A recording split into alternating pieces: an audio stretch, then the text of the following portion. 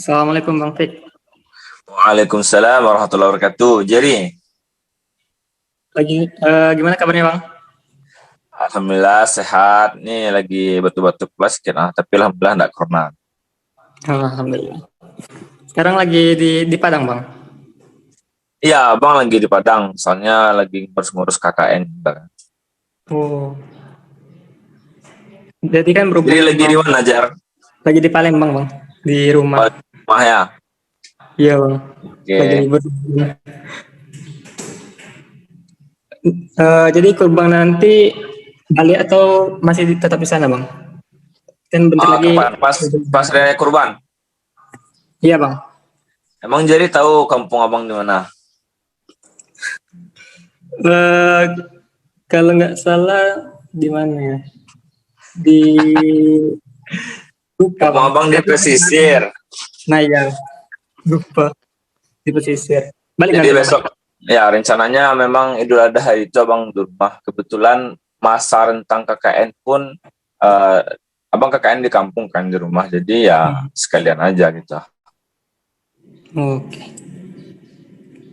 Kalau tahun kemarin Idul Adha di sana gimana Bang keadaannya?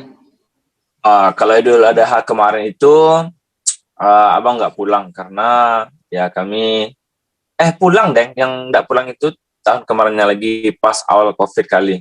Kalau tahun kemarin pulang, ya biasalah kalau misalnya Idul Adha di rumah itu ya excited banget karena kami pemuda-pemuda kan menolong ngikatkan jawi, terus angkat jawi dari mobil ke tempat penyembelihan, terus yang ngulutin jawi, motong daging jawi, ya kayak itulah. Pokoknya membantu penyelenggaraan kurban itulah. Termasuk Abang juga gabung.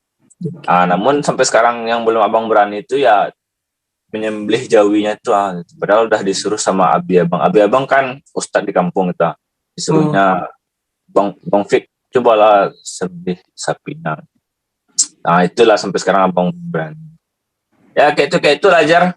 Pelajari gimana? Kalau Idul Adha mungkin untuk bantu-bantu itu belum itu sih Bang, cuman sekedar ngelihat aja gitu proses penyembelihannya. Oh, Soalnya cemen nih anak cowok, anak bantu-bantu. agak apa ya Bang lihat itu. Nantilah Agak kapan ngeri. kapan berani. Aduh. Padahal seru tuh Jar, bantu-bantu. Bang. Tuh ngapain aja jadi di masjid tuh? Lihat aja jadi penonton. Iya Bang. Aduh. Oke lah. Nah, kira-kira ada nggak Bang pengalaman yang berkesan gitu waktu Hari Raya Idul Adha ini? Oh, ada lah, masa nggak ada. Abang itu kan dulu sekolah pesantren dari SMP sampai SMA. Jadi kami memang rutinitasnya Idul Adha itu nggak pulang, tapi tetap di pesantren dan berkurban di sana. Nah, jadi yang hari raya berkurban yang paling berkesan sama Abang ya pas di pesantren itulah. Jadi kami kan sama tuh ikut nyembeli, ikut bersihin perut, ikut potong dagingnya.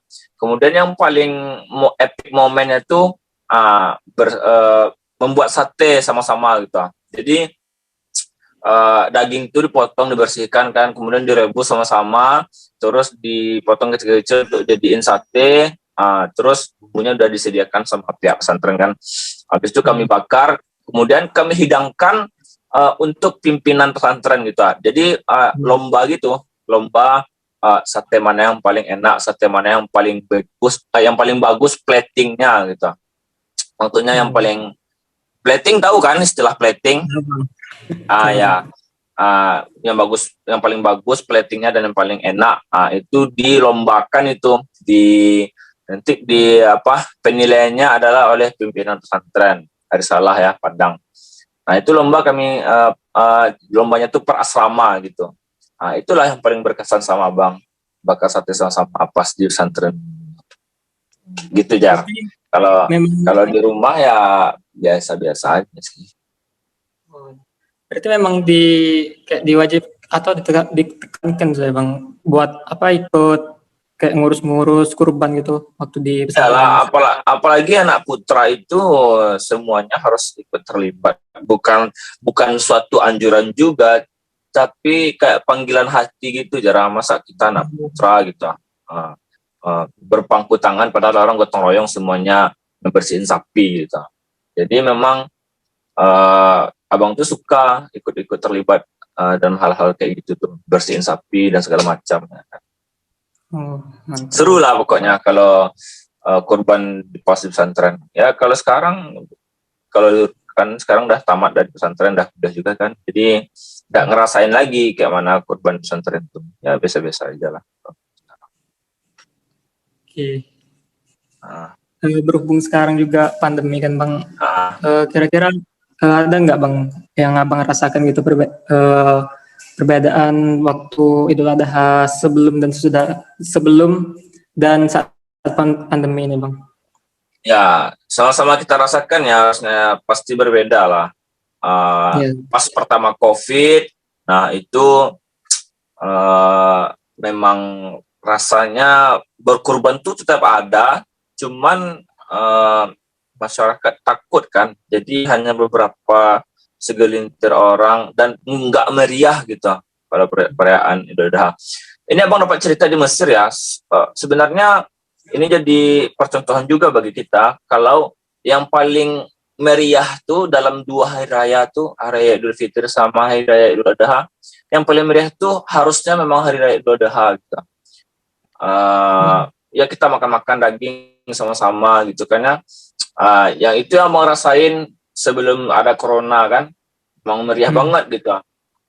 Ada kalau di rumah itu ada tetangga saling ngasih rendang daging atau saling ngasih sate gitu kan ya, pakai lontong gitu. Memang meriah sekali gitu. Juga di pesantren kami juga makan sate bareng-bareng gitu di lapangan basket gitu, sama-sama. Nah, tapi sejak ada pandemi ini itulah kemeriahan itu berkurang gitu. Jadi orang takut-takut untuk memeriahkan, takutnya nanti kena corona, takut kumpul-kumpul gitu kan. Nah, jadi ya yang merasakan kurang meriah juga lah. Dan tetangga pun untuk ngasih-ngasih itu jadi jadi ragu juga nanti kan. Soalnya nanti tidak apakah tidak akan menularkan virus corona nanti gitu. Itu itulah yang perbedaan yang paling kentara yang merasakan Jar. Memang besar sekali COVID ini pengaruhnya sama. Tidak hanya Idul Adha tapi semua aktivitas lah iya, berefek. Jadi kurang seru lagi. kayak kurang rame gitu ya Bang. Ya kalau jadi gimana? Sama sih Bang, di Palembang pun di rumah Jari pun kayak apa ya, kurang meriah gitu. Yang apa? Kemarin Ikut sempat terlibat. terhenti nak pas awal-awal corona tuh, Gimana Bang? atau tetap berkurban masjid di rumah Jari itu pas awal-awal corona Masih Bang. masih ya, cuman nggak meriah ya. Iya, nggak terlalu banyak itu yang ikut terlibat maksudnya. Biasanya kan rame gitu, banyak anak-anak juga yang nonton gitu kan. Mungkin berhubung bentar lagi juga Idul Adha, mungkin Abang bisa ngasih sepatah atau sebuah dalil gitu Bang, biar semangat gitu untuk Idul Adha yang akan datang ini. Soalnya kan Ya. itu Bang, ya. Ya sama-sama kita tahu ya bahwa syariat untuk berkurban dalam hari raya Idul Adha itu ada dalil-dalil yang mutawatir, artinya dari Al-Quran dan hadis ya. Kalau kita lihat yang paling pokok sekali atau yang paling dasar sekali itu jelas Allah menyuruh, kalau dalam usul fikih itu perintah Allah itu adalah sesuatu yang harus kita lakukan atau kewajiban yang harus kita lakukan. Dalam surah Al-Kautsar itu kita hafal semuanya ayat 2 ya. A'udzubillahi minasyaitonirrajim. Fasalli li rabbika wanhar. Nah, fasalli li rabbika wanhar. Maka tunduk dan patuhlah atau salatlah atau beribadahlah kepada Allah, hanya untuk Allah. Kemudian di akhir ayat Allah katakan wanhar, maka berkurbanlah. Nah, begitu juga dengan hadis Nabi SAW, beliau mengatakan, eh, ini riwayat Bukhari ya, Nabi SAW berkurban dengan 2 kambing gemuk dan bertanduk. Nah, kemudian di hadis yang lain, riwayat Imam Ahmad dan Ibnu Majah itu, Nabi SAW bersabda, barang siapa yang mendapati kelapangan dalam hidupnya, kemudian dia tidak berkurban, maka janganlah dia mendekati tempat salat-salat kami. Gitu. Nah, maksudnya bahwa berkurban ini suatu kewajiban ya, tapi bagi yang mampu. Ini dalam hadis yang terakhir tadi, barang siapa yang mendapati kelapangan, berarti kalau dia tidak lapang, tidak ada kewajiban untuk berkurban kepadanya. Nah, tentu juga syariat kurban ini berangkat dari kisah Nabi Ibrahim ya, dan Nabi Ismail. Jauh sebelum itu sebenarnya sudah ada syariat berkurban ini, yaitu antara anak Nabi Adam, Habil dan Qabil. Itu ada dalam Quran, a'udzubillahi minasyaitonirrajim, watlu alaihim naba'a bani Adam bil haqq idz qarraba qurbanan fatuqabbala min ahadihima wa lam yutaqabbal minal akhar. Ya, artinya Allah menyebutkan di sana bahwa keduanya itu saling berkorban. Untuk apa? Untuk mendapatkan waktu itu kejadiannya untuk kan syariatnya waktu itu kawin silang kan, antara saudari Habil dengan Qabil dan saudari Qabil dengan Habil. Nah, Habil tuh nggak mau, maka disuruhnya berkorban kan. Jadi korban yang abang salah, afwan, itu beda lagi cerita. Tapi yang penting dalam Quran itu diceritakan keduanya itu saling berkorban, dan Habil itu memberikan sebuah korban waktu itu tumbuh-tumbuhan atau buah-buahan yang terbaik yang dia punya gitu. Sementara Qabil ya tumbuhan-tumbuhan atau buah-buahan yang busuk-busuk yang dikasih. Maka di akhir ayat Allah katakan, innallaha yataqabbalullahu minal muttaqin. Sesungguhnya Allah hanya menerima kurban dari orang yang bertakwa. Nah, itu jauh sebelum Nabi Ibrahim dan Ismail itu. Nah, memang yang kita kenal itu Nabi Ibrahim dan Nabi Ismail itu, awal ceritanya itu Nabi Ibrahim itu bermimpi. Gitu kan? Ada dalam Al-Quran juga, a'udzubillahi minasyaitonirrajim, inni araka antasbahuka fanzur madza tara. Kalau enggak salah abangnya ayatnya. Inni araka fil manami an azbahuka fanzur madza tara. Nantilah kalau abang salah ayat nanti ya, ayat Quran ini enggak boleh salah dah. Nanti abang kalau ingat abang bacakan ya. Pokoknya itulah intinya, itu Nabi Ibrahim menyebutkan bahwa dia melihat Nabi Ismail itu disembelihnya dalam mimpinya. Kemudian dia meminta pendapat kepada anaknya, fanzur madza tara. Maka apa pendapatmu wahai Ismail? Kemudian Nabi Ismail berkata, jika itu memang perintah Allah, maka laksanakanlah ayah, sesungguhnya akan kau dapati aku termasuk orang yang ikhlas. Ya, jadi itulah beberapa dalil yang memang asal mulanya kurban ini kemudian perintah untuk berkurban. Jelas ya, yang paling jelas itu seperti yang kita bacakan tadi di awal surat Al-Kautsar itu, fasholli li rabbika wanhar. Maka sholatlah kamu, tunduklah kamu karena Tuhanmu, dan berkurbanlah. Dan hadis Nabi itu, barang siapa yang mendapati kelapangan dalam hidupnya kemudian dia tidak berkurban, maka janganlah dekati tempat sholat-sholat kami. Atau dalam hadis itu dibilangnya fala yaqrubanna musallana.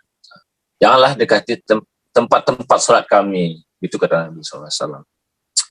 Nah, kira-kira sedikit itu yang mungkin abang bisa sampaikan terkait dalil ya, karena bukan ya, abang juga bukan dari syariah gitu ya, orang-orang syar'i, jadi ya abang juga dengar-dengar dari ceramah Ustadz dari YouTube, ya. Begitulah kira-kira yang abang tahu. Mungkin selama tadi abang menyampaikan dalil mungkin ada yang salah, abang mohon maaf juga. Dan pasti abang sudah terjemahkan atau sampaikan intinya syariat kurban ini apa dalilnya. Oke, Kayak gitulah beberapa dalilnya, Jar. siap Bang. Insya Allah kali ya terkait penjelasan Bang tadi. Nah mungkin kesimpulan sedikit mungkin Bang. Jadi berkurban ini merupakan salah satu bentuk ketakwaan ya Bang terhadap Allah Subhanahu wa taala, karena juga berkurban ini khususnya untuk orang mampu itu memang dianjurkan gitu. Bahkan ada dari hadis yang disebutkan Abang tadi, ada hadis yang menyebutkan kalau orang yang mampu tapi tidak berkorban tuh disuruh menjauhi dari tempat-tempat salat umat Islam gitu. Mungkin gitu kesimpulannya. Baik, terima kasih Bang untuk penyampaian dalilnya tadi. Mungkin Siap. gitu aja sih Bang untuk kali ini ya. Makasih atas waktunya Bang. Oke, siap, Jar. Mungkin kita akhiri dulu ya Bang, mungkin bisa dilanjut nanti. Assalamualaikum. Oke. Waalaikumsalam warahmatullahi